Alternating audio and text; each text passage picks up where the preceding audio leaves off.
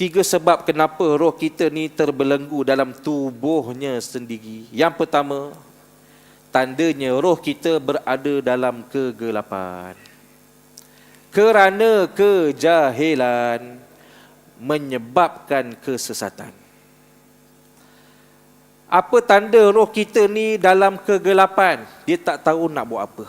Dia tak tahu nak pergi mana. Dia tak tahu dia kat mana sekarang. Dia tak tahu kelilingnya ada apa. Tu yang mati aku. Aduh, nak buat apa lagi? Stres lah macam ni. Macam-macam cara dah. Faham ke faham?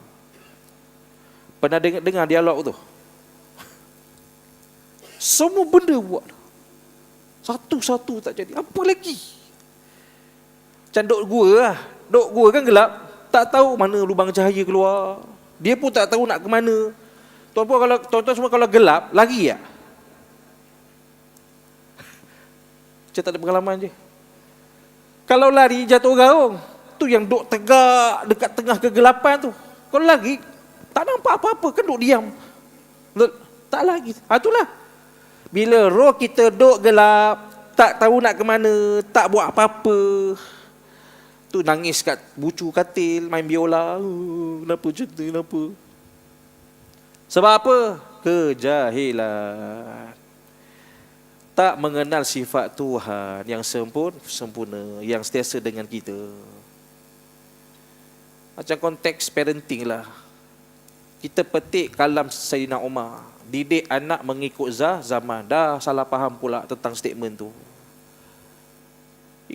Didik anak mengikut zaman tu bukan maksudnya apa bang? Ni biasalah bang, budak zaman sekarang bang, janganlah kasar-kasar. Nanti dia lari rumah kan payah.